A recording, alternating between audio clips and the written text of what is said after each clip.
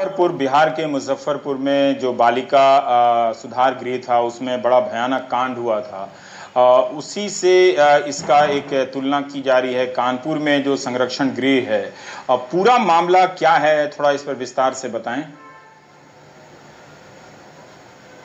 देखिए, ऐसा है कि ये एक सरकारी होम है जहां बच्चियां रहती हैं और वो बालिग होने के बाद फिर यहाँ से जा सकती हैं। तो यहाँ 173 बच्चियां रहती हैं और जिनमें से 63 बच्चियां ऐसी हैं जो पॉक्सो एक्ट में जिनके मामले में मुकदमे चले, यानी उनके साथ किसी ने शोषण किया और उनका बेजा इस्तेमाल किया, नाजायज उनके ऊपर ज्यादती की, जिसकी वजह से वो यहाँ पे आकर के भर्ती हुई हैं। 12 तारीख को सरकार ने एक ऑर्डर किया था कि ओल्ड एज होम और इस तरह के जितने होम्स वगैरह हैं इसमें रैंडम चेकिंग की जाए कोरोना की, ताकि पता चले कि वहां तो लोग संक्रमित नहीं हैं। तो यहाँ पे 5 बच्चियों की जब टेस्ट किया गया तो उसमें से एक बच्ची पॉजिटिव आई। तो ये लगा कि फिर सारे बच्चियों का टेस्ट होना चाहिए, जिससे पता चले कि, क्योंकि वो बच्चियां साथ में रहती हैं, अगर एक पॉजिटिव है तो उससे बहुत सारे पॉजिटिव हो सकते हैं। तो जब 173 बच्चियों का टेस्ट हुआ तो उसमें से 57 बच्चियां पॉजिटिव आई हैं। अच्छा, उसमें एक इशू ये हो गया है कि यहाँ पे 7 बच्चियां ऐसी हैं जो प्रेग्नेंट हैं और उन प्रेग्नेंट बच्चियों में से 5 बच्चियां ऐसी हैं जिनको कोरोना पॉजिटिव भी मिला है। कानपुर के डीएम का कहना है कि ये सारी बच्चियां जो हैं ये ज्यादती का शिकार हुई हैं और CWC के कहने पे या कोर्ट के आदेश के बाद, उस ज्यादती का शिकार होने के बाद उनको यहाँ भेजा गया है। उनके साथ जो ज्यादती हुई उस मामले में उनके जो जिले हैं वहां पे मुकदमा चल रहा है। लेकिन अब विपक्ष के लोग इस मुद्दे को उठा रहे हैं। उनका कहना है कि इसकी जांच होनी चाहिए कि कहीं बच्चियां इस होम में तो प्रेग्नेंट नहीं हुई हैं, जैसा बिहार के मुजफ्फरपुर में यह कांड हुआ था। तो अखिलेश यादव ने इसको लेकर के ट्वीट किया है, प्रियंका गांधी ने फेसबुक पे लिखा है, सुभाषिनी अली जो CPM की कानपुर से सांसद रह चुकी हैं और एडवा की एक बड़ी नेता हैं, उन्होंने इस मांग को वहां पे उठाया है। जो महिला आयोग है उसने भी कानपुर के डीएम से जवाब मांगा है। तो भले ये बच्चियां डीएम के मुताबिक यहाँ पे प्रेग्नेंट ना भी हुई हों, लेकिन लोगों को शक है क्योंकि मुजफ्फरपुर का मामला उनके सामने है, इसलिए इस बात की जांच जरूर होनी चाहिए। और दूसरा बड़ा मसला ये तो है ही कि एक साथ 57 बच्चियां अगर एक होम में इन्फेक्टेड पाई जाती हैं तो यूपी में ऐसे तमाम होम चलते हैं, ओल्ड एज होम चलते हैं, जो बहुत सारे विधवा आश्रम चलते हैं। कानपुर बनारस में मुमुक्षु भवन है जहाँ पे लोग मौत के इंतजार में जाके वहाँ पे रहना शुरू कर देते हैं। तो ऐसे बहुत सारे आश्रम हैं विधवाओं के, वृद्ध लोगों के, सरकारी होम्स हैं जहाँ बड़ी तादाद में बच्चे, जवान, बुजुर्ग लोग रहते हैं। उनके लिए ये एक बड़ी खतरे की घंटी है अगर एक होम में एक साथ 57 बच्चियां इन्फेक्टेड पाई जाती हैं। तो शेल्टर होम में 171 लड़कियों को रखा गया था। इन 171 में से 57 लड़कियां कोरोना पॉजिटिव पाई गई। इन 57 में से 5 लड़कियां गर्भवती भी हैं। इस मामले में जांच शुरू हो चुकी है।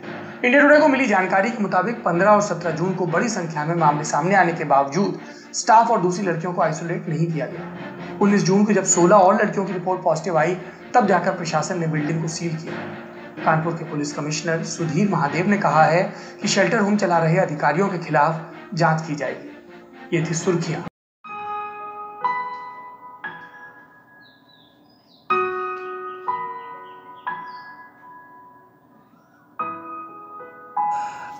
तोड़ने का काम कर रहे हैं, जबकि देश को जोड़ने का काम, देश को बचाने का काम जो आप कह रहे हैं सोशल एक्टिविस्ट, जो पॉलिटिकल एक्टिविस्ट हैं, जो वो औरतें जिन्होंने संविधान और अंबेडकर और गांधी और मौलाना आज़ाद के रास्ते को इख्तियार किया, यही काम तो वही लोग कर रहे हैं। आखिर में हर्ष, मैं आपसे ये जानना चाहता हूँ कि फरवरी के अंत में ये हिंसा शुरू हुई और उसके कुछ दिनों बाद ये कोरोना वायरस संक्रमण की बात होने लगी। मुझको अब तक याद है कि उत्तर पूर्वी दिल्ली में जो पहला राहत शिविर लग रहा था ईदगाह में, उसके लगते ही हमारे बीच के जो एक डॉक्टर थे, डॉक्टर अनूप, वो हमारे पास आए और उन्होंने कहा कि हालांकि हम चाहते हैं राहत शिविर, लेकिन अगर एक को भी हो गया तो फिर ये शिविर एक बहुत ख़तरनाक जगह में बदल जाएगा। तो हम दुविधाओं से गुजर रहे थे। उस बीच बहुत सारे लोग राहत का काम कर रहे थे उसी बीच उच्चतम न्यायालय, बाकी कई न्यायालयों ने कहना शुरू किया कि भाई सिविल सोसाइटी के जो लोग हैं उन लोगों की मदद आप लीजिए, एनजीओज की मदद लीजिए। सरकार ने मदद लेना शुरू किया, लेकिन उसके साथ एक दूसरा सर्कुलर भी आया, वो ये कि आप जिसको भी जो भी मदद पहुंचा रहे हैं उसका ब्यौरा भी हमें आप देंगे। तो लेकिन 6 साल पहले की बात भी आप याद करें, जिसमें प्रधानमंत्री ने जुडिशरी को सावधान किया था कि वो 5 स्टार एक्टिविस्ट से सावधान रहें, वो जो परसेप्शन खड़ा कर रहे हैं उनसे सावधान रहें। अब 5 स्टार एक्टिविस्ट की ज़रूरत राहत में है, क्योंकि खाना पहुंचाना है, बाकी चीज़ें करनी है, लेकिन उसके साथ साथ लगातार उनको अपराधी भी घोषित करते चला जाना है। तो फिर आप जैसे लोग जो इन सब में शामिल रहे हैं, यानी कोविड-19 के संक्रमण के बीच भी जो लोग सड़कों पर रहे हैं खतरा उठाते हुए, और जो शायद गिरफ्तारियों का खतरा भी उठा रहे हैं, उनकी तरफ से आप बाकी लोगों को क्या कहना चाहेंगे? देखिए, देश अपना है, हमारा है। आप जो कह रहे थे कि ये वक्त है जब हमें सब साथ में मिलना है, हमने औरों की तो बात की, जो लगभग 1 करोड़ लोग या उससे ज़्यादा शहरों को छोड़ के चले गए थे।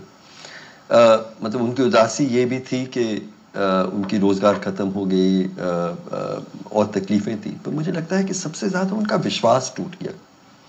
मतलब थोड़ा बहुत भी जो विश्वास था, सरकार हमारे बारे में सोचेगी, या जो मध्यम वर्ग है वो कहीं हमारे बारे में चिंतित होगी, या हमारे जो हमें जो रोज़गार दे रहे हैं वो हमारे बारे में चिंतित होगी। जैसा डर आया कि एक कहीं से ये रोग है, उन्होंने उन सब मतलब गरीबों को बिल्कुल एक तरह से अलग थलग कर दिया, और वो उस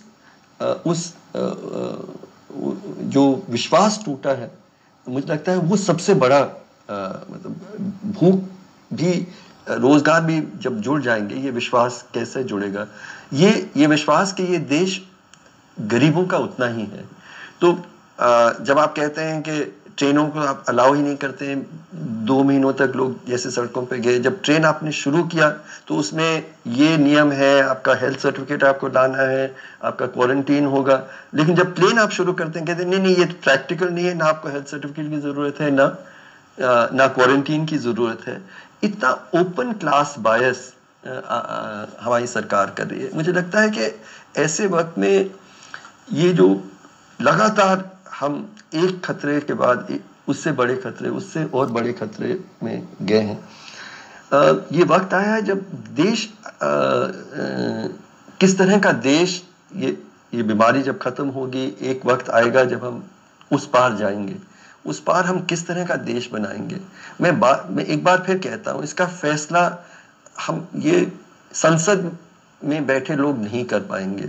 जो ऑपोजिशन में बैठे लोग हैं उनमें वो नैतिक शक्ति नहीं है कि इसका जवाब हमें दे पाएंगे।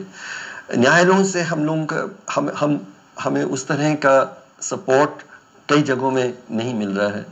तो हम भारत के लोगों को ही तय करना होगा कि हमें किस तरह का देश बनाना है।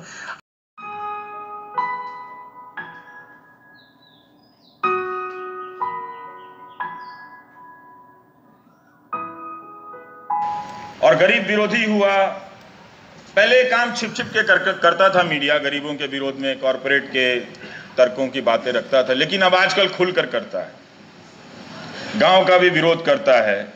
और यही हुआ कि जब जेएनयू में आप लोगों ने फीस वृद्धि का मामला उठाया तो मीडिया आपके खिलाफ चला गया, क्योंकि उसे मालूम था कि अगर आपके सपोर्ट में खड़ा होता तो हुजूरे हिंद को बहुत नुकसान हो जाता, क्योंकि इस वक्त देश के कई विश्वविद्यालयों में लोग प्रदर्शन कर रहे हैं फीस को लेकर, पढ़ाई को लेकर, व्यवस्था को लेकर। और इस वक्त यही वो सबसे शानदार चीज है इस देश की, कि जब मीडिया लोगों के बीच में नहीं है, लोग अपने भीतर लोकतंत्र पैदा कर रहे हैं, लेकिन मीडिया उनके बीच नहीं है। तो इसलिए मीडिया जो है जेएनयू के खिलाफ हो गया। ये जनता के लिए नहीं, जनता से लड़ रहा था, और इसकी हालत आप देखिए कि ये पहला टेस्ट था जिसमें हमारा न्यूज मीडिया फेल कर गया। क्या क्या बातें बताएंगे एक दूसरा टेस्ट था जो मीडिया के डेमोक्रेटिक होने का सबसे बड़ा मौका था कि वो दिखा सकता था कि भारत का मीडिया लोकतांत्रिक मूल्यों के लिए पहला मोर्चा है वो लड़ेगा। वो था national register of citizenship, NRC. इससे बोगस कुछ नहीं हो सकता था, लेकिन इसे लेकर सुप्रीम कोर्ट के आदेश की आड़ में इसे देश भर में लागू करने की बात हो रही है। लेकिन ये मीडिया कभी वो इस सवाल को वहां उठाने नहीं गया, देखने तक नहीं गया। ज्यादातर न्यूज चैनलों का आप देखेंगे तो, और बड़े हिंदी के अखबारों को देखेंगे, खासकर ये यूपी बिहार वाले अखबार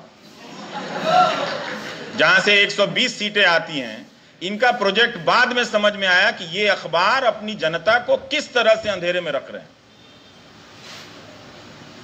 क्रिमिनल है, माफ नहीं किया जा सकता इन अखबारों को। आप आर्काइव में जाके देखिए कि किस तरह से कवरेज हुआ है पिछले 5 साल में। कभी ना कभी कोई ना कोई तो पढ़ेगा कि भारत का मीडिया इतना एंटी पीपल कैसे हो सकता है। 1600 करोड़ रुपए खर्च करके 3.5 करोड़ लोगों पर अपनी नागरिकता साबित करने का पागलपन थोपा गया, और 2 साल तक, 2.5 साल तक यह कार्रवाई चलती रही, और अब कह रहे हैं कि हमें इस पर विश्वास नहीं है, ये से फिर से कराएंगे, और अब कह रहे हैं पूरे देश में कराएंगे। तो जो लोकतांत्रिक सवालों के साथ खड़ा रहने वाला मीडिया अगर होता तो इसके लेकर अलग अलग पहलुओं के बारे में बात करता, बताता। अगर इसमें कुछ संभावनाएं उसको नजर आ रही है वो भी बताता, इसमें कुछ लोगों के अपमान, लोगों की परेशानियां नजर आ रही हैं तो वो भी बताता। हदसकर हादसे में कई लोग मर गए असम में, उनकी चर्चा नहीं हुई। ये पहला मोर्चा है, ये जो मीडिया है, आप इसके खतरे को समझिए। आप अभी भी उसे पुराने मूल्यों से, पुरानी उसकी कमाई से इसको देख रहे हैं, मगर इसका काम बदल गया है। 1906 में जब दक्षिण अफ्रीका में नई परमिट की व्यवस्था आई थी ट्रांसवाल शहर में कि अंगूठे का निशान देना पड़ेगा और जब मांगेंगे तब दिखाना पड़ेगा, तो गांधी जी खिलाफ हो गए, और गांधी जी के साथ साथ एक हाजी हबीब मियां थे, वो भी खिलाफ हो गए। तो सभा हुई, इसी तरह की सभा हुई। 13,000 भारतीय थे लेकिन 3,000 लोग आए। तो हाजी हबीब ने कहा कि हम ईश्वर की शपथ खाते हैं कि हम इस परमिट को नहीं मानेंगे। तो गांधी जी ने कहा कि यह बहुत बड़ी बात है, हम ऐसे नहीं कह सकते हैं, क्योंकि ईश्वर की शपथ ले रहे हैं और इस शपथ को हम नहीं तोड़ सकते हैं। तो जब सबसे कहा गया कि आप सोच लें, विचार लें, तो सबने कहा कि हम तैयार हैं, हम ईश्वर की शपथ खाते हैं कि हम इस परमिट व्यवस्था को नहीं मानेंगे। और वहां से सत्याग्रह की शुरुआत होती है। उस गांधी के भारत में एनआरसी और इस तरह के परमिट को लेकर क्या रवैया है, आप अपने आप से पूछिए। वो दोनों गुजरात के थे, ये दोनों भी गुजरात के हैं।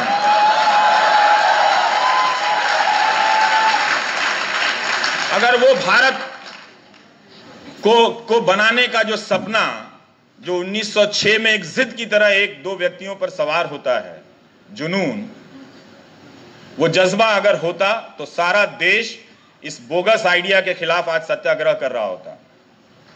लेकिन अखबारों ने इसको एक जायज तरीके से आप पर थोपा। आप कल्पना कीजिए कि गरीब से गरीब लोग वकीलों के यहां हलफनामा बनवा रहे होंगे अपनी पहचान और अपना सबूत देने के लिए। इस हालत पर आपको लाकर पहुंचा दिया गया जो 2014 से शुरू हुआ। अगर यह लोकतांत्रिक मीडिया होता तो इसके पहलुओं पर चर्चा करता, बात करता। किसी को नींद भी आ गई है सुनते सुनते मुझे, कोई बात नहीं।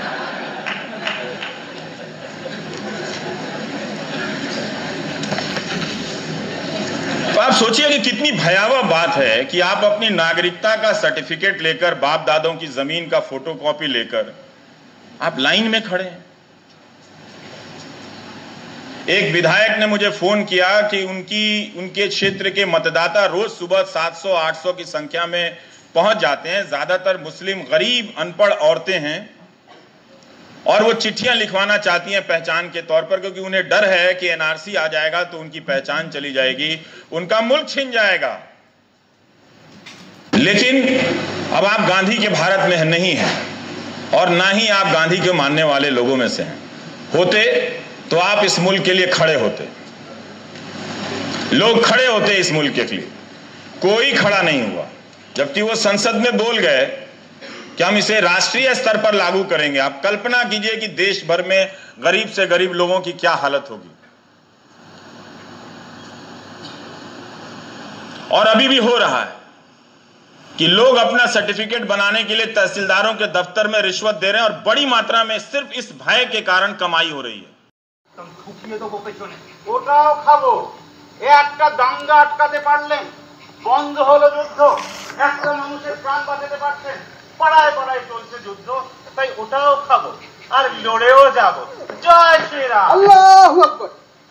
বুঝতে পারছো না এই এতগুলো মানুষ মারা গেল শুধু এই দুটো নামের জন্য?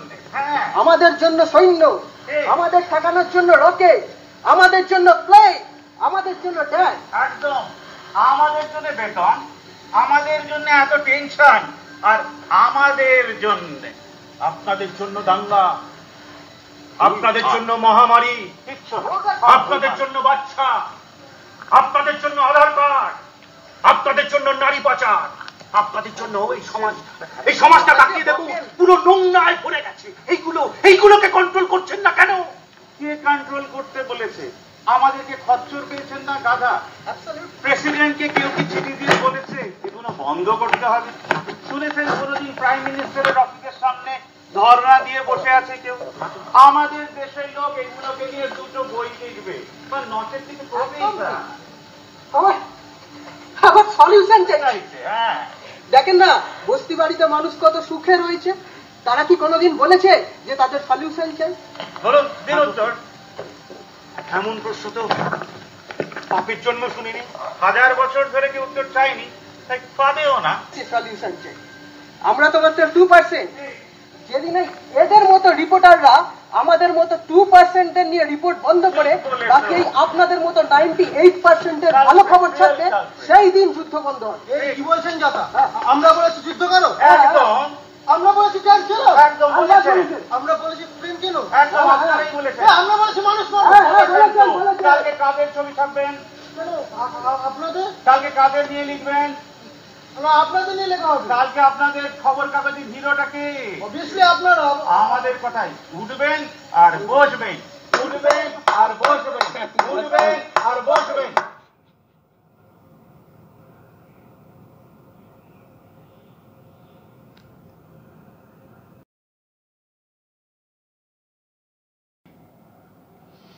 দুটো জিনিসের সঙ্গে আগে ইন্ট্রোডাকশন করে দিই।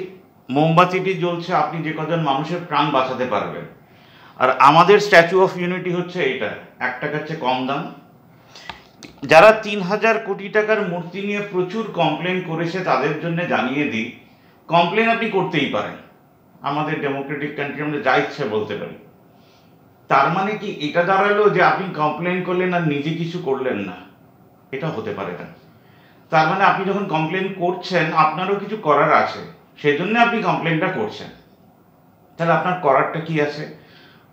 প্রি করোনা একটা জগৎ ছিল যে জগতে মানুষ মানুষের কথা শুনতো না, কিন্তু পোস্ট করোনা আপনি বুঝতেই পেরেছেন যে গভর্নমেন্ট পারছে না বলে এনজিও আর হিউম্যান রাইটসরা চলে এসছে।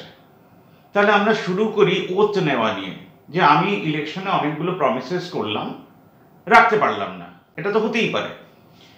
তাহলে আমি যদি ইলেকশনে 100টা প্রমিস করেছি 100টাই রাখতে পারলাম না, 99টা রাখতে পারলাম না, 80টা রাখতে পারলাম না, 50টা রাখতে পারলাম না, তাহলে কি আমাকে সরে যেতে হবে?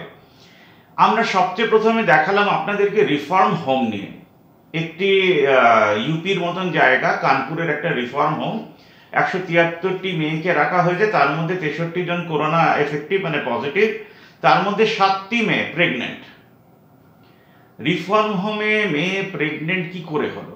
এবার ওরা বলছে যে কোনো কিছু ইনকোয়ারি হওয়ার আগে যেখান থেকে তারা এসছিল সেখান থেকে তারা প্রেগনেন্ট হয়ে এসেছিল। বুঝলাম, আপনি করোনার লকডাউন ডেকেছেন মার্চে, আর in the month of June আপনি 63 জনকে সেখানে করোনা পেশেন্ট পাচ্ছেন।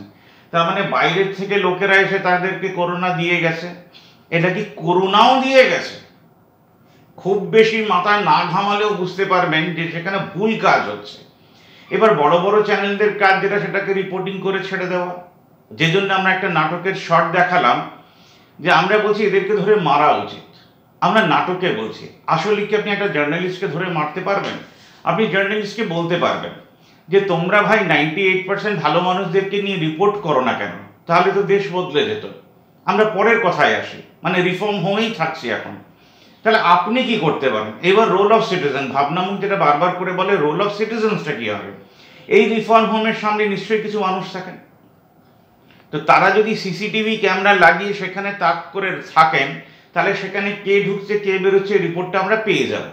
অবশ্যই সেটা নাইট ভিশনও হতে হবে, অবশ্যই রাত্রিরে সেখানে পাহারা দেওয়ার জন্য লোক লাগবে, অবশ্যই তার জন্য টাকা লাগবে। তার মানে হিউম্যান সিটিজেনরা যদি একটা ব্যাংকিং সিস্টেমে আসে, তারা যদি টাকা তুলতে পারে, তারা যদি চাকরি জেনারেট করতে পারে, তাহলে এই প্রবলেমটাকেও তারা সলভ করতে পারবে। আমি কথাটা বলছি কেন? তাহলে কি আমাদের দেশের পলিটিক্যাল লিডাররা চান যে এরকম রিফর্ম হোমগুলোতে রেপ হোক? যদি না চান তাহলে এতদিন ধরে রেপ হচ্ছে কেন? এইটা নিয়ে আমাদের দেশে যারা বেটি বাঁচাও বেটি পড়াও মেয়েদেরকে নিয়ে অমুক অভিযান কন্যাশ্রী টন্যাশ্রী করছেন, রিফর্ম হোম নিয়ে তারা চুপ থাকছেন কেন? তারা কেন বলছেন না সিবিআই ইনকোয়ারির চেয়ে বেশি আমরা যেটা চাই এনজিও, 3টে এনজিওর হাতে একটা রিফর্ম হোমের দায়িত্ব দিয়ে দেওয়া হোক, তাহলে তারা একে অন্যের পাশে দাঁড়িয়ে সেগুলোকে আন্ডার এটা রাখতে পারবে যে সেখানে কোনো রেপই হবে না, খাবার নিয়ে কোনো প্রবলেম হবে না। এবং 18 বছরের পর যদি তাদের কেউ না থাকে, এই যে বলে দেওয়া হলো 18 বছরের পর তাদেরকে ছেড়ে দেওয়া, তারপর তারা কোথায় যায়?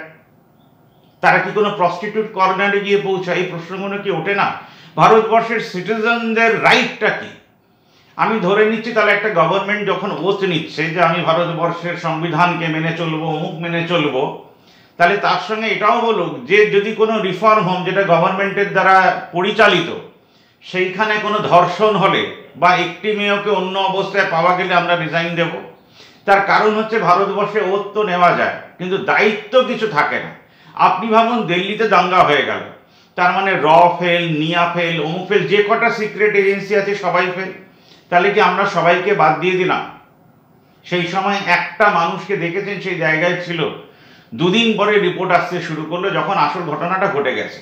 2 দিন কিন্তু খুব ইম্পর্টেন্ট ছিল। তা ভারতবর্ষের আভ্যন্তরীণ, ভারতবর্ষের দিল্লির মতন জায়গায় যদি রিয়ট হয়, তাহলে আমাদের দেশ যুদ্ধ করবে কি করে? তার কাছে তো ইনফরমেশনই থাকবে না। তাই 2 তারিখে ডিফেন্স মিনিস্টার বলছেন চায়না ঢুকেছিল, 7 তারিখে সেক্রেটারি জয়শঙ্করজি বলছেন ঢুকেছে, 17-18 তারিখ নাগাদ পিএম বলছেন না কেউ ঢোকেনি। তাহলে এতগুলো লোক মারা গেল কেন? তার মানে হচ্ছে ওথ, আন্ডার ওথ আমাদের দেশে কি মিথ্যে কথা বলা যায়? এই প্রশ্ন কি উঠবে না? এইবার আমরা আসি role of journalist. Role of জার্নালিস্টকে নিয়ে আমি ভীষণভাবে ক্লিয়ারলি বলে দিয়েছি, যদি আমাদের দেশের জার্নালিস্টরা, আমি মেডিওকোর মফস্বলে যারা রয়েছেন, যারা কিছু টাকার অ্যাগেনস্টে রিপোর্ট করেন, অমুক জায়গায় ব্লাড ডোনেশন ক্যাম্প হলো, অমুক জায়গায় খুন হলো, অমুক জায়গাটা রোড অ্যাক্সিডেন্ট হলো, এটা নিয়ে যারা কাজ করেন তাদেরকে জার্নালিস্ট গ্রুপে ধরে লাভ নেই, তারা জার্নালিস্টও নয়। কিন্তু যারা প্রচুর বড় বড় লেখা লিখছেন, নিজেদেরকে বেশ বিজ্ঞ মনে করছেন, এই 72 বছরে একটি জার্নালিস্টের হাত ধরে একটি গরিবও বড় লোক হয়নি।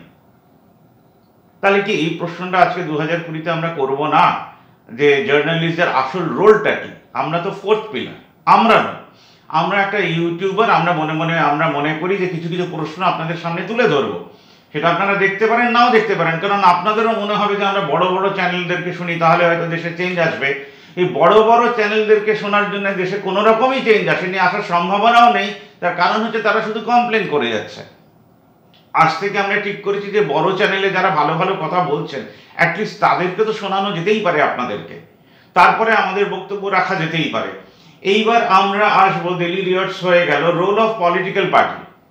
এবার ধরুন একটা কোনো নতুন পলিটিক্যাল পার্টি এলো, যারা বললো যে আমরা সোশ্যাল ওয়ার্কটাই করব, আমরা এই ইলেকশন হওয়ার আগেই দেশের মানুষের পাশে দাঁড়াবো, সবকটা রিফর্ম হোমের সামনে আমরা সিসিটিভি লাগিয়ে দেবো, সেই রিফর্ম হোমগুলোকে আমরা এনজিওর আন্ডারে দিয়ে দেবো, এবং এই এনজিওর হাতে টাকা দিয়ে বলেও দেবো 30% তোমরা নিজেদের উপরে খরচা করবে, নিজেরা খাবে দাবে, যা যা দরকার আছে সেগুলো মেনটেন করবে, 70% টাকায় রিফর্ম হোমের ভেতরে খরচা করবে। তাহলে আমাদের দেশের একটা রিফর্ম হোমে এই ধরনের কোনো কেস ঘটবে না। আমি বলছি না যে এনজিওরা দারুণ দারুণ কাজ করবে, আমি 2জন এনজিওর এই সংস্থার হাতে কাজটি দেব দুজনে দুজনের উপরে চেক অ্যান্ড ব্যালেন্সেস রাখতে পারবে। এবং লোকাল, ওইখানকার লোকাল 7 জন মায়েদেরকে নিয়েও একটা কমিটি ফর্ম করতে হবে, যারা রেগুলার 24 ঘন্টা তাদের উপরে নজর রাখতে পারবে। তাহলে একটা রিফর্ম হোমেও কোনো ধরনের ধর্ষণ, রেপ হতে পারবে না। এবং 24 ঘন্টার সিসিটিভি চাই, যেটা অনলাইন চ্যানেলের সঙ্গে যুক্ত থাকবে। মানে আপনার যখনই ইচ্ছা হবে যে একটা রিফর্ম হোমকে দেখি, আপনি তার আইপি অ্যাড্রেস খুলে দেখে নিতে পারবেন সেখানে কে ঢুকছে কে বেরোচ্ছে।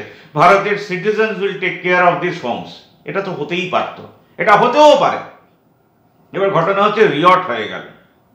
তাতে কি হোম মিনিস্টার এসে বললেন যাতে ভবিষ্যতের কোনো রিয়ট না হয় তার জন্য আমরা সর্বদলীয় বৈঠক করে 100 কোটি টাকা, 200 কোটি টাকা, 500 কোটি টাকা তুলে দিচ্ছি, যে আপনারা ward wise, pin code wise একটা এমন জিনিস গড়ে তুলুন যাতে আমাদের দেশে কোনো রকম রিয়ট হবে না, দাঙ্গা হবে না। হোম মিনিস্টার কিন্তু বলতে পারলেন না। ইনফ্যাক্ট রুলিং পার্টির কেউই বলতে পারলো না। পিএম আধ ঘন্টা ধরে এত সুন্দর হিন্দি বলেন, কি যে বলেন আমি আজ অব্দি বুঝে ওঠার চেষ্টা করছি। ডিমনিটাইজেশন থেকে ভারতবর্ষের যে অধঃপতন শুরু হয়েছে সে অধঃপতন এখনো চলছে, এবং কিছু মানুষ মনে করছেন এই অধঃপতন চলা উচিত, কারণ দে আর এনজয়িং দিস অধঃপতন। তার কারণ হচ্ছে they are not responsible for the people who are walking 1900 kilometre and dying on the road. কারণ বাড়িতে বসে আমি অনেকের মুখে শুনেছি, প্রচুর মানুষের সঙ্গে যখন ফোনেও কথা হয় তখনও শুনলাম যে কিছু ভারতবাসী তো কমছে, কিছু গরিবই তো কমছে, যাদেরকে দিয়ে দেশ চলে, যাদের ছাড়া কোনো কোম্পানিজ চলবে না, যাদের দ্বারা বড় ফ্যাক্টরি চলবে না, যাদের দ্বারা ইন্ডাস্ট্রিয়ালিস্ট কোনো হাব চলবে না, যাদের ছাড়া কোনো কনস্ট্রাকশন কোম্পানি চলবে না। আমাদের দেশের মানুষ যদি এটা মনে করে যে কিছু মানুষ মরে গেলে যাক না, কি যায় আসে, তাহলে এই দেশে তো এমনই আমরা পিএম পাবো যে ডিফেন্স মিনিস্টার এক কথা বলবেন, অমুক মিনিস্টার এক কথা বলবেন, অথচ কেউ রেসপন্সিবল হবেন না রেজিগনেশন দেওয়ার জন্য, কারণ ওথ নিয়েছেন।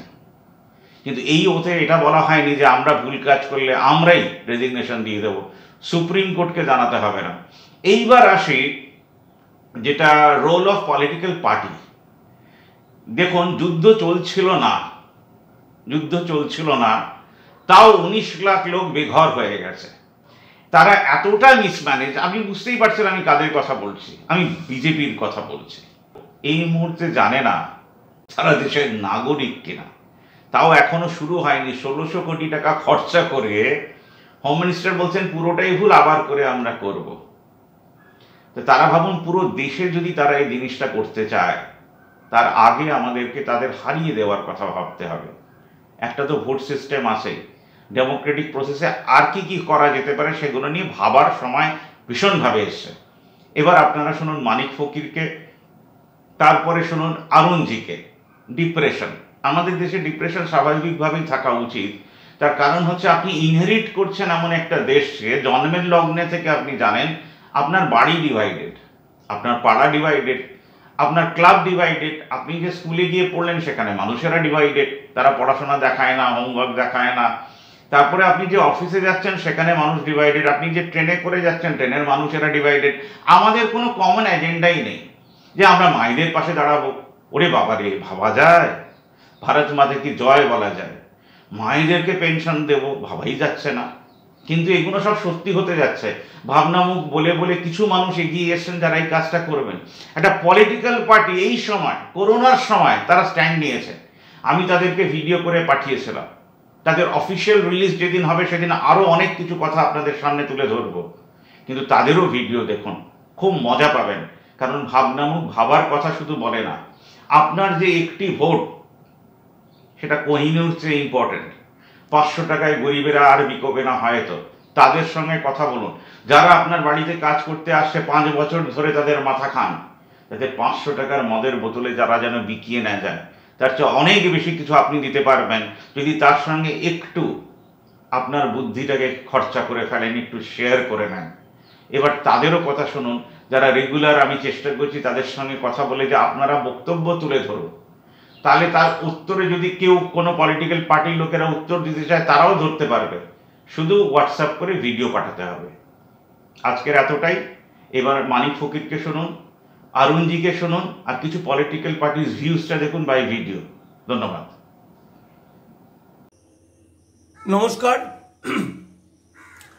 আপনারা অনেকেই অনুভব করেছেন এবং দেখেছেন যে সিএএ, এনআরসি, এনপিআর নিয়ে গোটা ভারতবর্ষ তোলপাড় হয়ে উঠেছে।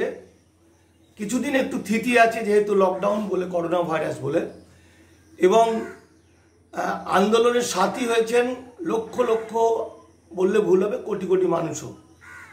এখন আমাদের বেশিরভাগ মানুষের মধ্যে আন্দোলন করতে হবে, আন্দোলন করেছি, কিছু একটা খারাপ ঘটছে, এটা আমরা বেশিরভাগ মানুষ জানি, কিন্তু আমরা অনেকেই গুরুত্ব দিয়ে বোঝার চেষ্টা করিনি যে এই সিএ আইনটা যেখানে নাগরিকত্ব দেওয়া হবে বলে বলা হচ্ছে, সেইটা আসলে কি এবং কেন, আইনটা আমরা ভালো করে বুঝিনি।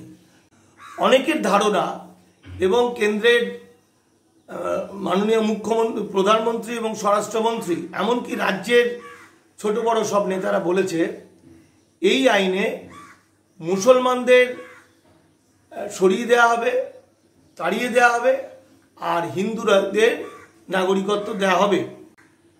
কিন্তু দাদা বা আপনাদের বলছি সাথী, এইটা কোথাও লেখা নেই, কোনো আইনে ভারতবর্ষে এরকম কোনো আইন তৈরি হয়নি। আপনারা যদি স্বরাষ্ট্র দপ্তরের হোম ডিপার্টমেন্টের যে ওয়েবসাইটে যান এবং সিএএ 2003 এবং সিএ 2019টাকে সিটিজেনশিপ অ্যামেন্ডমেন্ট অ্যাক্ট 2003 বা 19 যদি একটু পড়েন, তাহলে দেখা যাবে যে এটা সম্পূর্ণ মিথ্যা কথা। আপনারা আজকেই আপনার মোবাইলটা থেকে দেখতে পারেন। অ্যাকচুয়াল 2003 সালে তখন প্রণব মুখোপাধ্যায় এই স্বরাষ্ট্র দপ্তরের কমিটির মধ্যে ছিলেন, এবং সরকার ছিল বিজেপি সরকার, অটল বিহারী বাজপেয়ী ছিলেন প্রধানমন্ত্রী। তিনি হিন্দু রাষ্ট্র করার ভাবনা থেকে সিটিজেনশিপ অ্যামেন্ডমেন্ট বিল 2003 তৈরি করে, এবং সেটাকে সমর্থন করে আমাদের পশ্চিমবঙ্গের ক্ষেত্রে তখন বামফ্রন্ট সরকার, তৃণমূল সরকার এবং কংগ্রেস। লোকসভা এবং রাজ্যসভায় বিলটা পাস হয়, প্রতি সময় বিলটা আইনে রূপান্তরিত হয়। এই বিলটা যেটা আইনে হলো, এই আইনে বলা হয়েছে, মানে বোঝানো যাচ্ছে, যদি আপনি পড়েন তাহলে দেখবেন যে আজ থেকে 17 বছর আগের, মানে 2003 ধরে যে বিজেপি প্রচার করে আসছে হিন্দুরা নাগরিক, মানে হিন্দুরা শরণার্থী এবং মুসলমানরা অনুপ্রবেশকারী, এটা কোথাও লেখা নেই। এটা পড়লে বুঝতে পারবেন এই আইনে 2 নম্বর ধারা 2-1 এই ধারায় দেখা যাচ্ছে যে হিন্দুদেরকেই, উদ্বাস্তুদের হিন্দুদেরকেই ইল্লিগাল ইমিগ্রেন্ট বা অবৈধ অনুপ্রবেশকারী শব্দটা বলা হয়েছে, যেটা ভয়াবহ।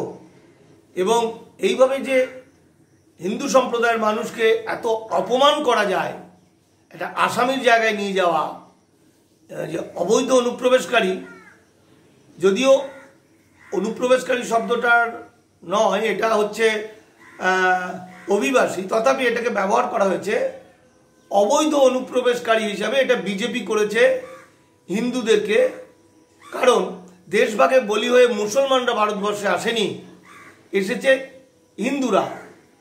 অখণ্ড ভারতের ভূমিপুত্ররা দেশভাগে বলি হয়ে এপারে এসেছেন। সুতরাং হিন্দুদেরকেই অবৈধ অনুপ্রবেশকারী ঘোষণা করা হয়েছে, আর মুসলমানরা যারা এসছেন, যারা খুব অল্প সংখ্যক, জ্যোতিবাবুর সময়ে আমরা জানতাম যে 27% মুসলমান পশ্চিমবঙ্গে ছিল, এখন সেটা 28+, 1.5% ম্যাক্সিমাম বেড়েছে। আর যেটা প্রচার করেছে বিজেপি সেটা সম্পূর্ণ ভুল। এবং মুসলমান যারা ওপার থেকে এপারে পেটের দায়ে এসেছে, তারা নাগরিকত্ব চায়নি, তাদেরকে ধরার জন্য ফৌজদারি মামলা আছে, এবং তাদেরকে নদী পার হওয়ার পথে অনেকে গুলি করে মারা হয়। সুতরাং মুসলমানদের এইখানে খুব একটা এফেক্ট হচ্ছে না এই আইনে।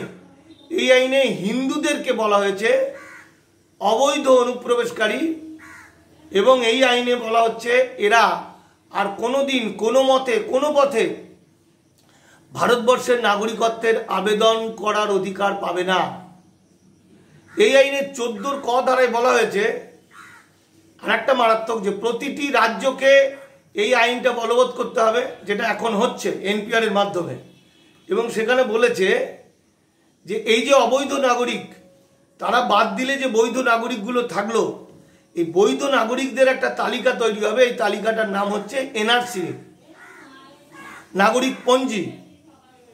এই নাগরিক পঞ্জিতে তাদেরই নাম উঠবে যারা বৈধ, অর্থাৎ যারা 1948 সালের আগের দলিল দেখাতে পারবে তারা হবে ভারতবর্ষের নাগরিক। এই আইনে আর একটা জায়গায় লেখা আছে, তাহলে বৈধ আর অবৈধ কি করে বোঝা যাবে? যারা 1948 সাল বা 1949-50 সালে এসছে বা 51 সালে এসছে বা তারপরে এসছে, এই মানুষগুলোর সন্তান সন্ততি তারা তো এই ভারতেরই মানুষ, অখণ্ড ভারতের ভূমিপুত্র। তারা তো দেশটা ভাগ করেনি। তারা এত বছর ধরে, আজকে দীর্ঘ 70-80 বছর ধরে ভারতবর্ষে বসতে বসতে একটা গাছ যদি হয় তার শিকড়, ডালপালা শিকড় তো ছড়িয়ে গেছে অনেক। তার ছেলে মেয়ে, বিয়ে থা, বাঙাল ঘটি সব তো এক হয়ে গেছে।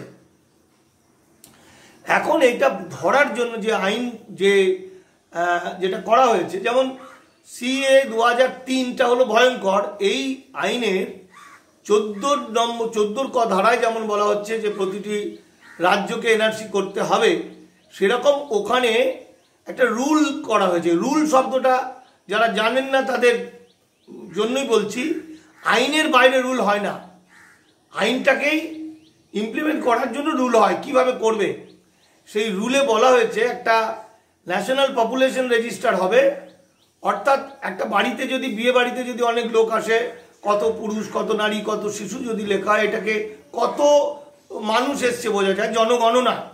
কিন্তু তারা যদি প্রত্যেকেই খাতায় তাদের নাম এন্ট্রি করে, বাবার নাম, ঠিকানা, ডিটেলস, সেইটাকে রেজিস্টার বলে। সেরকম একটা অদৃশ্য খাতা গোটা ভারতবর্ষ জুড়ে আছে। সেই অদৃশ্য খাতার মধ্যে প্রত্যেকে 135 কোটি মানুষ তার ডিটেলস লিখলে, বাবার নাম, মায়ের নাম, বাবার জন্ম তারিখ, বাবার জন্মসাল, বাবা যে দেশে জন্মেছেন তার এই দেশের এখন কি নাম, এই ইত্যাদি ইত্যাদি ডিটেলস, এটাকে বলা হয় রেজিস্টার। মানে ন্যাশনাল পপুলেশন রেজিস্টার একটা খাতায় মেনটেন করা হলো। এইবার এই রুলে বলা হচ্ছে যে এনপিআর বা রেজিস্টারের মাধ্যমে একটা লিস্ট তৈরি হবে। সেই লিস্ট অনুযায়ী বেছে নেওয়া হবে কে ভারতবর্ষের নাগরিক, কে ভারতবর্ষের নাগরিক নয়।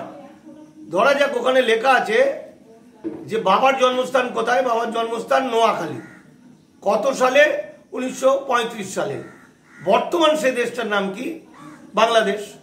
এইবার প্রশ্ন করবে যে তাহলে বাংলাদেশ থেকে এখানে এসছেন, তাহলে আপনার সিটিজেনশিপ সার্টিফিকেট কোথায়? অর্থাৎ 2003-এর আইনে বলছে 1948 সালের 19 জুলাইয়ের পর যারা এসেছেন তারা যদি পাসপোর্ট ভিসা রিনিউ না করেন, ল্যাপস হয়ে যায়, তাহলে সে অবৈধ অনুপ্রবেশকারী। আর নদীপথে বাসপথে যারা এসছে তাদের তো মানুষ হিসাবেই ধরা হবে না। এবার এই মানুষগুলোকে সিটিজেনশিপ সার্টিফিকেট চাওয়া হবে, কারণ আইন অনুযায়ী ভারতের সংবিধানেই যেটা আছে এবং 1955 সালের নাগরিকত্ব আইনে বলা হচ্ছে 6 মাস পর স্বরাষ্ট্র দপ্তরে আবেদন করে তারা নাগরিকত্ব নেবে। কিন্তু কোনো সরকার এটা প্রচার করেনি, কোনো সাধারণ মানুষ এটা জানে না। আর দেশভাগে যারা বলি হয়েছিল, সেই ভয়ঙ্কর অবস্থায় বুক ফাটা কান্না নিয়ে তারা এসেছিল, তারা কোনো রকমে আত্মীয় স্বজনকে হারিয়ে লতা পাতা খেয়ে বেঁচেছিল, তাদের কাছে এই কাগজগুলো ছিল না বা আনতে পারেনি। এখন এই প্রশ্নের যারা উত্তর দিতে পারবে না, আপনারা আসামে দেখেছেন 13 লক্ষ বাঙালি শেষ হয়ে গেছে, যদিও সেখানে কাট অফ ডেট ছিল 1971, পশ্চিমবঙ্গে 1948। সুতরাং এইবার তাদেরকে কাগজ চাইবে, কাগজ দিতে পারবে না, তারা ধরা পড়ে যাবে। তাদের বাড়ি ঘর জমি জায়গা, চাকরি বাকরি, পেনশন সমস্ত কিছু লুট করে নেবে, কারণ অবৈধ অনুপ্রবেশকারীর এগুলো থাকে না। তাহলে আমার আজকের এই ভিডিওটায় যেটা বলার বিষয় ছিল সেটা হলো এই যে মুসলমানদেরকে অবৈধ অনুপ্রবেশকারী বলে এটা করা কোনো আইনে নেই। যেটা করা হয়েছে সেটা হিন্দুদের জন্য। আর এরপরে যে CA 2019 যেটা এনেছে, আমি এর পরেই বলবো, যেটা বলছে হিন্দুদের নাগরিকত্ব দেওয়া হবে, এটা 100% মিথ্যা কথা। এটা কেউ নাগরিকত্ব পাবে না। শুধু 31,313 জন আবেদন করেছিলেন আসার সময়, যারা আসার পরে তারা হয়তো তাদের এগুলো জানতো। সেই 31,313 জনই নাগরিকত্ব পাবে এবং সেটা দেওয়া হয়ে গেছে আবেদন, এরকমই আইনে লেখা আছে। বর্তমানের কিছু লেখা নেই। কেউ যদি দেখাতে পারে যে এই 2019-এর মাধ্যমে উদ্বাস্তুভাবে নাগরিকত্ব দেওয়া হবে হিন্দুদের, তাহলে আমরা দামাল বাংলার পক্ষ থেকে, দামাল অর্গানাইজেশনের পক্ষ থেকে তাকে 10 লক্ষ টাকা দেবো বলে আমরা ঘোষণা করেছি অনেক দিন আগে। টাকাটা বান্ডিল করে রাখা আছে কাগজে এরমভাবে, কিন্তু সেই টাকা কেউ নিচ্ছে না। বিজেপির বড় বড় নেতা, মন্ত্রী, এমনকি প্রধানমন্ত্রী পর্যন্ত, এমনকি উকিল, ব্যারিস্টার যারা যারা আছেন, তারা কেউ 10 লাখ টাকা আমার কাছ থেকে নিচ্ছে না, আমাদের কাছ থেকে। সুতরাং আজকে আমি এইটা বলতে চাইলাম যে অবৈধ অনুপ্রবেশকারী বলে বিজেপি 2003 সালে CA 2003 আইনের মধ্যে দিয়ে হিন্দুদেরকে অবৈধ অনুপ্রবেশকারী ঘোষণা করেছে। এই আইনে মুসলমানদের সেরকমভাবে ভয় নেই। এই আইন করতে যারা সাহায্য করেছিল তারা CPM, তৃণমূল, কংগ্রেস সহ আরও বিভিন্ন রাজনৈতিক দল, এবং এই নোটিশটা পাঠিয়েছিলেন প্রাক্তন রাষ্ট্রপতি প্রণব মুখোপাধ্যায়।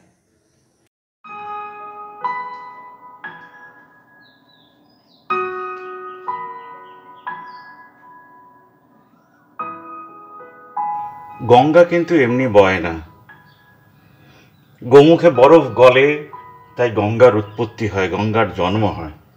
গোমুখ থেকে সে আস্তে আস্তে শহরগুলো ধরে ধরে আমাদের পাপ পুণ্যকে নিয়ে সে সাগরে গিয়ে মিশে যায়, তার মিশে যাওয়ার জায়গা আছে। কিন্তু মানুষ, যে দেশের মানুষ গঙ্গাকে মা বলে, তার মাটিকে মা বলে, সেই দেশের মানুষেরা কি সেই দেশের মানুষের পাশে দাঁড়াতে পারবে?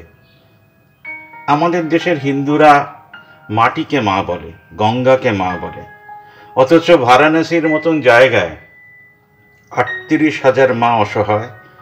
এবং আপনার পাড়াতেও এমন অনেক বৃদ্ধ বৃদ্ধাকে পাবেন যারা স্টুডেন্টদের মতন হাতে প্ল্যাকার্ড নিয়ে রাস্তায় নেমে প্রোটেস্ট করতে পারবেন না।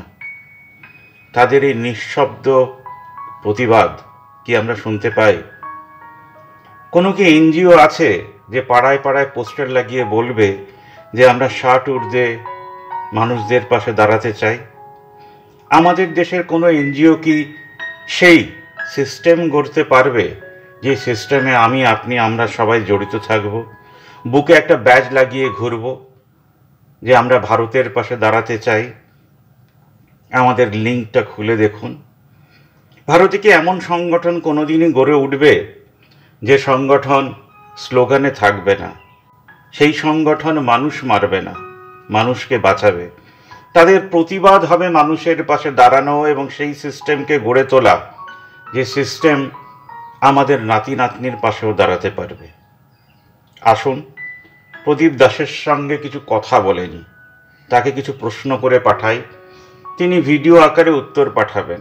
হয়তো এইভাবে হরিভূমি NGOর হাত ধরে আমাদের পথ চলা শুরু হলেও হতে পারে। এই হতে পারে কেন বলছি বারবার করে, তার কারণ ভবিষ্যৎ আমরা জানি না। কিন্তু আমাদের দেশের মানুষ আংটি পরে জানতে চেয়েছিলেন তারা চাকরি পাবেন কিনা, তারা অমুকটি পাবেন কিনা। এখন বুঝতেই পারছেন চাকরি গভর্নমেন্ট দেয়, মানুষের পাশে দাঁড়ায় মানুষ।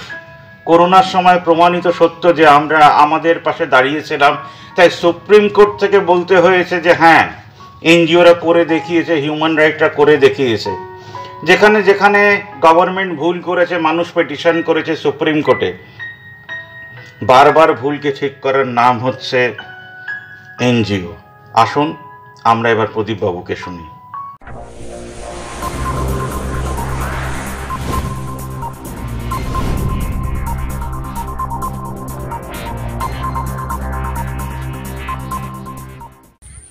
নমস্কার, আমি প্রদীপ দাস, হরিভূমি সেবা প্রতিষ্ঠান চ্যারিটেবল ট্রাস্টের সভাপতি। আপনি যে প্রশ্নটা করলেন যে আমরা যে সমস্ত সাধু সন্তদের জন্য যে 1000 টাকা করে পেনশন দেওয়ার ঘোষণা করেছি, মাতা ও পিতা যারা অবসরপ্রাপ্ত হয়েছেন তাদের জন্য আমরা 1000 টাকা করে পেনশন দেওয়ার কথা ঘোষণা করেছি, এবং মা ও বোনেদের যাদের স্বামী মারা গেছে তাদের 1000 টাকা পেনশন দেওয়ার ঘোষণা করেছি। সেই সমস্ত 14 জুলাই থেকে আমাদের অ্যাপ্লাই হবে এবং অ্যাপ্লাই হওয়ার পর থেকে 3 মাসের মধ্যে আমরা সেই সমস্ত ভেরিফিকেশান করার পরে যারা প্রকৃত অসহায় হয়ে পড়েছেন তাদেরকে আমরা 1000 টাকা করে পেনশন দেব এবং যে সমস্ত ব্যক্তি এই আমাদের পেনশন পাবে তাদেরকে আমরা একটা করে ভিডিও প্রতি মাসে করতে বলবো। সেই ভিডিওটা আমাদের কাছে আসবে, সেই ভিডিওটা নিয়ে আমরা এডিট করে সেটা আমাদের যে হরিভূমি যে সোশ্যাল মিডিয়া চ্যানেল আছে সেই চ্যানেলে আমরা দেখাবো। হরিভূমি এনজিও নামে যে সমস্ত চ্যানেল আছে সব চ্যানেলে আমরা দেখাবো এবং এই প্রক্রিয়াটা 3 মাসের মধ্যে আমরা কমপ্লিট করব। আগামী দিনে পশ্চিমবঙ্গে 18টি জেলাতে 5000 জন কর্মী আমরা নিযুক্ত করছি, যাদের বয়স 18 থেকে 40 বছর এবং তাদেরকে সেরকম কোনো শর্ত নেই আমাদের যে এই কার্যকর্তা হিসাবে অ্যাপ্লাই করবে তাদের পরিবার থেকে আরও 3 জনকে সদস্য হতে হবে আমাদের এনজিও। তার জন্য তারা এই টোটাল তাদের 3 জন আর 1 জন 4 জনের সদস্য নিয়ে তারা আমাদের কার্যকর্তা হিসেবে আবেদন করতে পারে এবং এই বিষয়টাই থাকবে যারা পেনশনের জন্য আবেদন করবেন তাদেরও প্রত্যেক মানে যে আবেদন করবে তাদের জন্য 4 জন করে টোটাল সদস্য হতে হবে তাদের পরিবার থেকে, তবেই সে আমাদের এই পেনশনের উপযুক্ত হবে। এবং যে সাধুসন্ত আছে তাদের যে আগামী দিনে যে আমরা পেনশন দিচ্ছি এবং সাধুসন্তদের যে শিষ্য বা ভক্ত আছে তাদের মধ্যে 3 জনকে হতে হবে, তবেই আমরা পেনশনটা দিতে পারবো ঠিক মতো করে।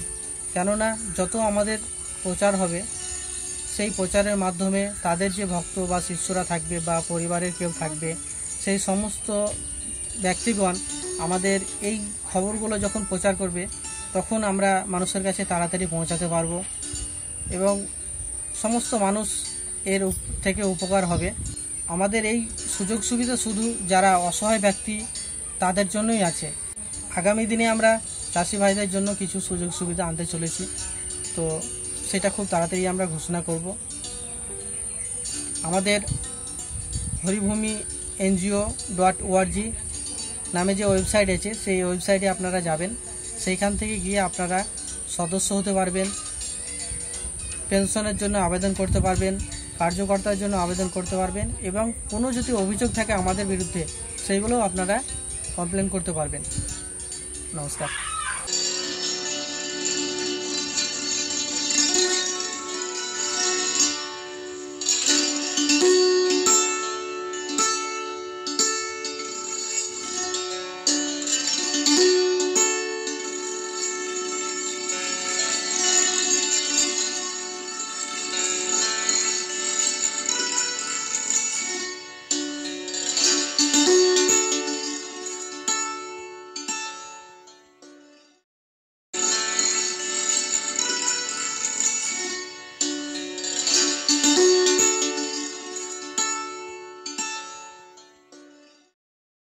एसोसिएशन तालाबंदी के कारण और पिछले 12 दिनों से लगातार पेट्रोल डीजल के दाम बढ़ने के कारण यह सेक्टर भयानक घाटे में है, आर्थिक दबाव में। इसके बाद भी इनकी देशभक्ति देखिए कि इसी वक्त वो फैसला करना चाहते हैं कि चीन के सामान को ट्रांसपोर्ट नहीं करेंगे। ये कोई सामान्य बात नहीं है। बेशक हम जैसे लोग सोचने लगते हैं कि ट्रांसपोर्ट एसोसिएशन या ट्रक वालों को सामान के साथ ये लिस्ट दी जाती है या नहीं दी जाती है तो दी जानी चाहिए कि यह सामान जिसे ढोया जाना है चीन का बना है, कृपया ना ढोएं। जैसे देश के अंदर रोजाना पेट्रोल की कीमत और डीजल की कीमत में बढ़ोतरी हो रही है, उसको देखते हुए ट्रांसपोर्ट व्यवसाय करना इतना मुश्किल हो गया है कि अब हमारे पास बंद करने के अलावा कोई चारा नहीं है। लेकिन सरकार की इतनी मदद होने के बावजूद हमने देश की जब कष्ट का समय था हम लोगों ने इतनी मदद करी। अभी भी काम सुचारू रूप से नहीं चल रहा है, लेकिन जो रेट बढ़ रहे हैं, जो डेली डीजल के प्राइस बढ़ रहे हैं, उसको देखते हुए अगर ट्रांसपोर्टर एसोसिएशनें रेट बढ़ाने की अपील करती हैं तो हमारे ऊपर CCI का डंडा चल जाता है। अगर हम बंद की अपील करते हैं तो हमारे ऊपर एस्मा लगाने की धमकी दी जाती है। तो घाटे में ट्रांसपोर्टर कब तक काम करेगा, जबकि इस समय मार्केट में काम भी नहीं है। काश इस समय बीजेपी की सरकार विपक्ष में होती तो आज उन्होंने कोई राज्य, कोई गली, कोई कूचा, कोई किसी भी उनके नेता ने जो आज मंत्री पद पे बैठे हुए हैं, कोई भी प्रदर्शन करने में चूक नहीं करता। इतने प्रदर्शन होते कि सरकार की नाक में दम हो जाता, सरकार विवश हो जाती कि किस तरह से पेट्रोल के दामों को हम बढ़ाएं या ना बढ़ाएं। लेकिन आज का विपक्ष बिल्कुल सोया हुआ है, बिल्कुल वैश्विक महामारी के चलते वो लगता है डर के मारे अपने घरों में दुबका हुआ है और कोई काम नहीं कर पा रहा है। ऐसी बातों को सुनकर नतमस्तक होने की जरूरत है। जो बात प्रधानमंत्री के समर्थक सोशल मीडिया पर खुलकर कह रहे हैं, जो बात वो लोग कह रहे हैं जिन्हें हम लोग कुछ लोग समझते हैं, वो बात प्रधानमंत्री कब कहेंगे, कब ऐलान करेंगे कि चीन के सामान का बहिष्कार किया जाए।